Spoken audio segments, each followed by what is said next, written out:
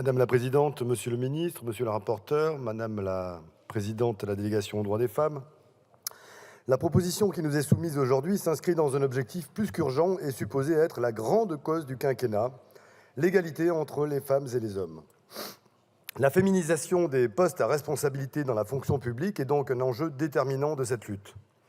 À ce titre, les sénatrices qui ont déposé cette proposition de loi visant à renforcer l'accès des femmes aux responsabilités dans la fonction publique ont témoigné d'un certain degré d'ambition, nécessaire bien que non suffisant, mais qui a vite été balayé par ceux pour qui la dite égalité homme-femme serait une cause primordiale. Je m'explique. La loi Sauvadet de 2012 a instauré l'obligation de respecter dans la fonction publique une proportion minimale de chaque sexe pour les primo-nominations dans les emplois d'encadrement supérieur et de direction.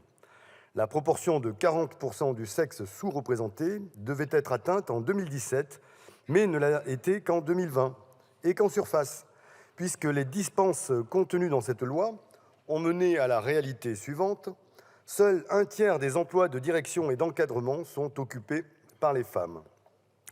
Les chiffres étant encore plus faibles dans les ministères historiquement masculins, dans les emplois considérés comme les plus prestigieux ou les plus techniques.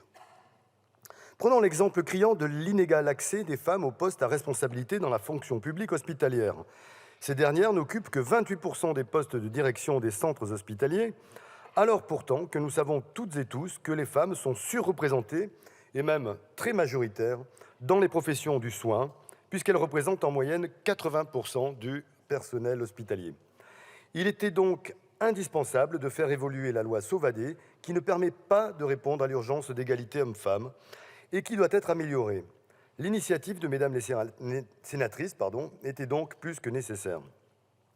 Malheureusement, lors de son examen au Sénat, la portée du texte déposé a été limitée et diminuée par de nombreux amendements, dont une partie provenant du gouvernement. Il souhaitait notamment reporter la mise en place des dispositions à 2029, abaisser à 45% l'objectif qui allait pourtant jusqu'à 60% de personnes appartenant au sexe sous-représenté, ou encore instaurer de nombreuses dérogations pour les employeurs ne respectant pas leurs obligations légales.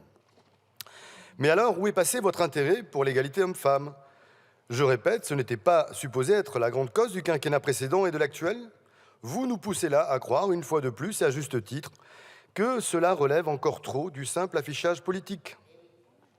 Alors aujourd'hui, montrez-nous pour une fois que le sort de plus de la moitié de la population vous importe et votons ensemble nos amendements permettant une avancée de l'égalité femmes-hommes dans la fonction publique, témoignant ainsi à toutes les femmes de notre pays que les discriminations qu'elles vivent au quotidien dans leur vie professionnelle vous importent et que vous ne balayez pas d'un revers de main ce chemin vers davantage d'égalité professionnelle.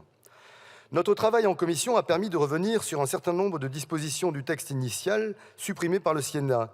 Mais globalement, dès qu'une avancée a pu être acquise, celle-ci s'est accompagnée de dérogations pour les employeurs les moins-disants, les plus négligents. Prenons l'exemple des modalités de la sanction financière, qui a été modifiée par un amendement du gouvernement. En l'état actuel du texte, celle-ci se manifestera par un montant forfaitaire fixé par décret, plutôt que par un montant proportionnel à la taille de la collectivité, de l'établissement ou du ministère concerné, comme ce qui était prévu dans la version initiale de ce texte, et qui aurait empêché aux employeurs hors la loi de prévoir à l'avance ce que leur coûterait le non-respect de ces obligations légales.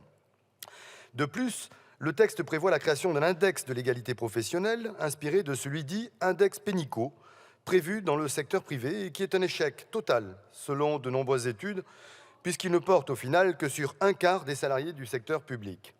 Fort heureusement, nous avons cherché comment remédier à cela, et nous avons trouvé.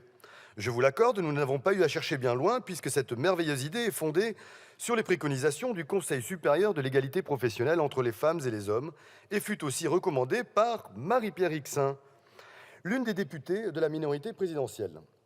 En dépit de ces nombreuses suffisances, et en dépit des mesures d'affaiblissement que ce texte recèle, nous défendrons des amendements qui renforcent l'esprit qui devrait, sans concession, animer cette proposition de loi, et nous voterons donc pour ce texte, car le chemin vers l'égalité homme-femme est bien trop long, mais tout ce qui permet à notre société encore trop patriarcale de se rapprocher de cette cause humaniste est juste et de salubrité publique. Merci. Merci, monsieur le député. La parole